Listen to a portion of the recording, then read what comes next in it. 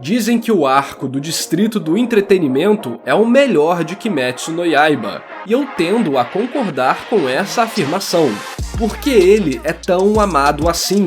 É fácil gostar do arco com uma adaptação para anime incrível, mas o que está por baixo de tudo isso? Eu sou o narrador e nesse vídeo vou te explicar de maneira técnica por que esse arco é tão bom, quais são seus pontos positivos e negativos. Acho que uma boa diferença desse momento para os outros da história é o senso de escala, perigo e objetivo. Os protagonistas se dispõem a ir nessa missão, o que já muda o esquema de serem chamados pelos Corvos, mostrando uma maturidade e determinação deles, consequência direta da morte do arco passado.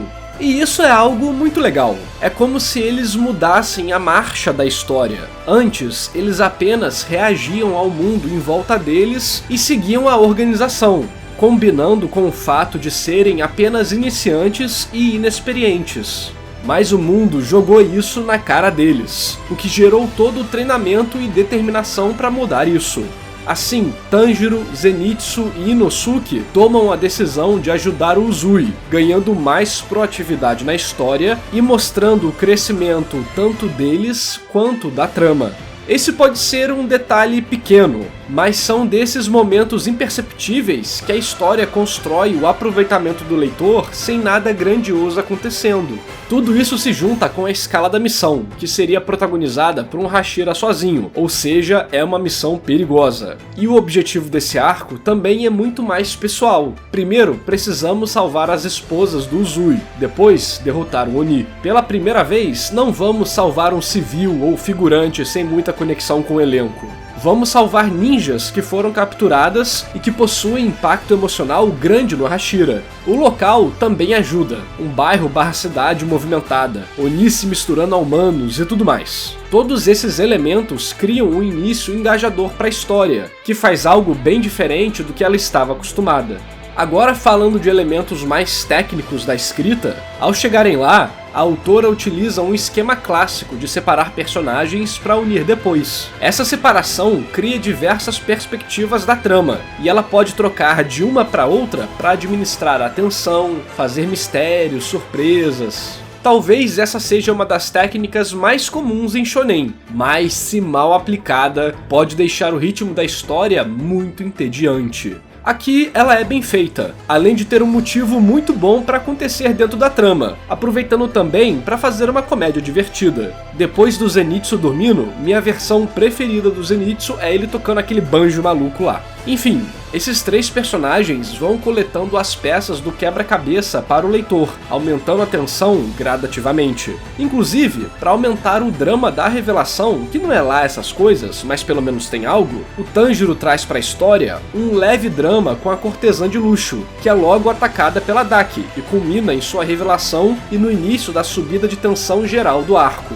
Alguns momentos como esse acabam gerando uma dinâmica de vai e volta com os personagens, dando alguns leves imprevistos e criando um cabo de guerra narrativo, por assim dizer. Junte isso com a apresentação gradativa dos mistérios, espalhados em cada uma das perspectivas dessa missão, e quase todo capítulo tem algum elemento de interesse para o leitor e para a trama geral. Ainda mais pelos poderes da Daki, a autora consegue ir nos enganando por algum tempo sobre o que exatamente está acontecendo, como esse Oni age e tudo mais. Lembrando que a experiência semanal é muito importante, então os capítulos serem divididos dessa forma é algo que ajuda a manter os leitores interessados e discutindo, assim continuando o engajamento dos fãs e permitindo que novos leitores se juntem, visto que cada capítulo pode ser aproveitado por si só, devido ao foco na técnica do Kishotenketsu, que eu já expliquei em outro vídeo, link na descrição. Novamente, isso pode parecer bobo,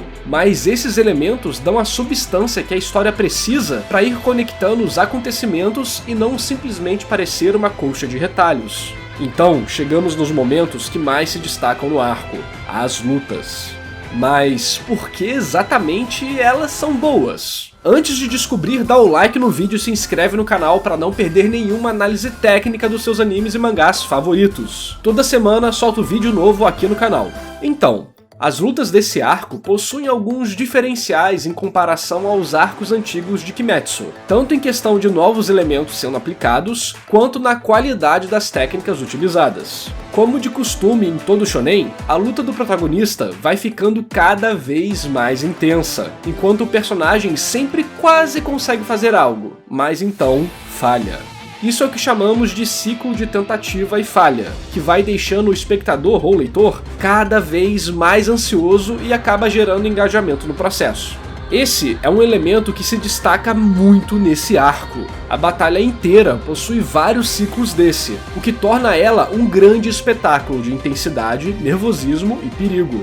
Nessa primeira sessão, temos dois núcleos de história, um que nos apresenta mais falhas e outro mais vitórias. O núcleo subterrâneo com o Inosuke e o Uzui atingem vitórias, nos dando esperança de que estamos avançando.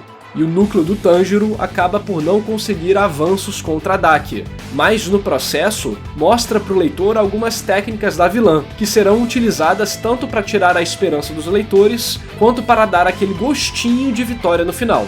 No caso, tô falando dela transformar o pescoço em tecido, evitando o corte da espada. Diversas vezes, personagens tentam passar por cima disso, mas não conseguem, para então o Inosuke utilizar as suas lâminas serradas e vencer.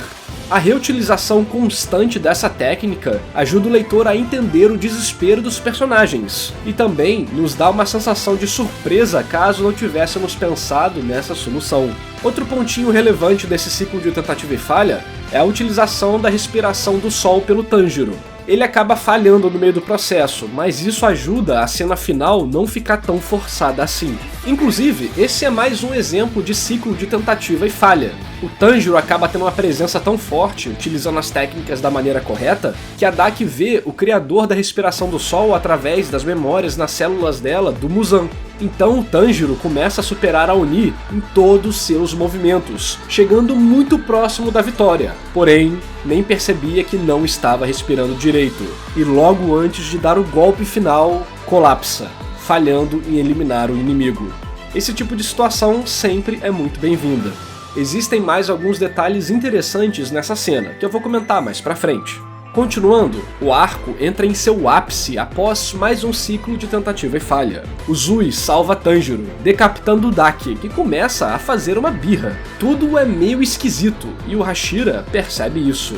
Mas no 1 segundo em que a situação bizarra o distraiu, mais um demônio surge de Daki, seu irmão Gyutaro, o verdadeiro Lua Superior. Essa cena é muito legal. A autora quebra nossas expectativas com uma decapitação rápida, fácil e inesperada, para então nos jogar em uma reviravolta, quebrando ainda mais nossas expectativas com um inimigo mais poderoso ainda, que consegue desestabilizar o grupo principal. Nesse momento, todos os membros do esquadrão estão juntos, assim como os inimigos, ambos em força total, preparados para o combate final. É uma administração de tensão, interesse e ansiedade muito boa, valorizando tanto os protagonistas quanto os antagonistas. É uma junção de personagens e cena que nos faz uma promessa de um bom combate. Afinal, não será fácil, e já vimos a maioria das estratégias. Para alcançarmos a vitória, algo extremo precisará acontecer, e é aqui que a sensação de consequência entra. Muitas vezes são as consequências de uma história que nos fazem gostar dela. Sentimos o peso da decisão dos personagens, a mudança na trama, o drama e o sofrimento de quem estava presente.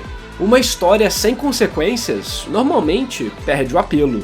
E aqui, consequências não são necessariamente tragédias, sanguinolência e tudo mais. Um contratempo inteligente pode ser uma ótima consequência. A criação de um novo antagonista, um afastamento dos objetivos, etc. Só que, muitas vezes, quanto mais tenso for, melhor.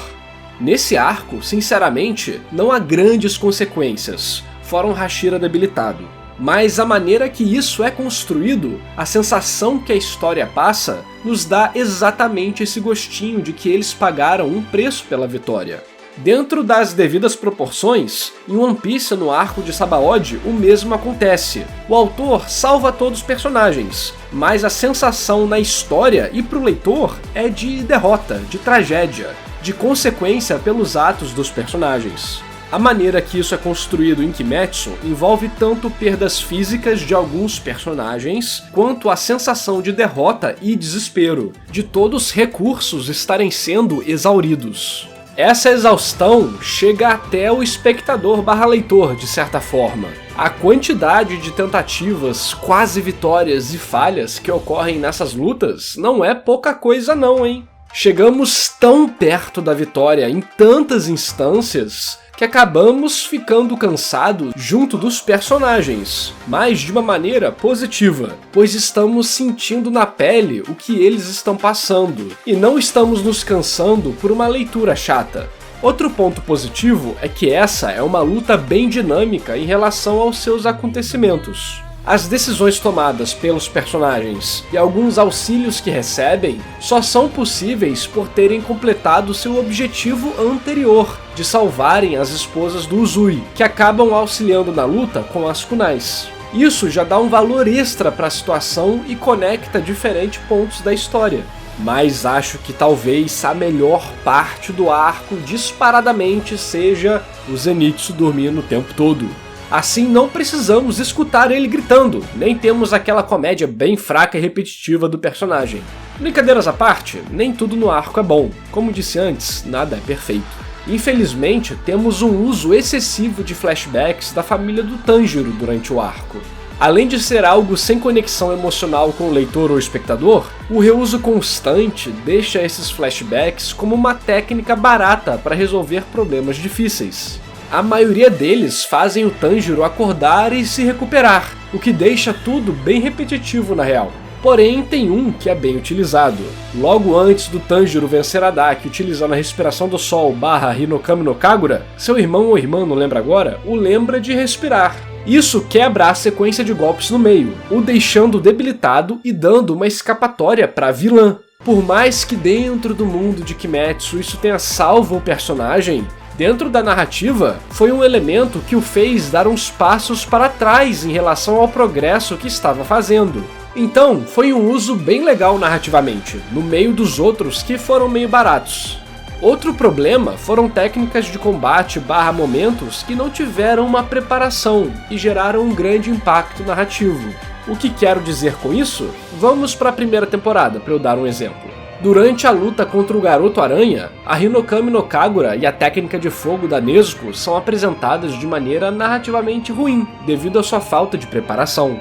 Não houve nenhum trabalho decente de construção para uma surpresa, reviravolta, poder oculto, etc. Durante o meio da luta, o cara lembra do pai dançando, e a Nezuko solta fogo, porque sim. E não, flashback no meio do momento não é preparação. E não também, a preparação não tira a surpresa. Na verdade, é o contrário. Toda boa surpresa na ficção é preparada. Mas já falei muito sobre isso em outros vídeos aqui do canal. Claro que os visuais te ajudam a gostar, mas quando li o mangá, foi uma grande decepção por esses motivos, e também pelos primeiros arcos em si terem muitos problemas de coreografia. No arco atual, meio que acontece a mesma coisa. A Nezuko virando Super Saiyajin lá, ficando brava e tudo mais, existe puramente para salvar os protagonistas de uma situação complicada.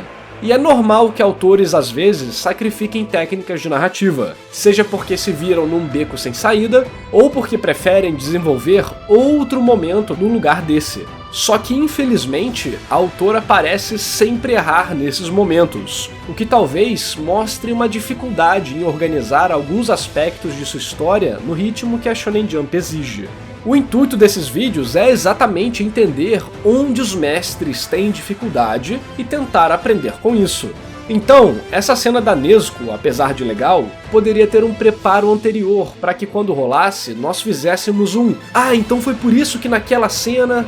O mesmo vale pro Tanjiro ganhando o power-up final, a respiração do sol. Em defesa de Kimetsu, houve uma alusão a isso.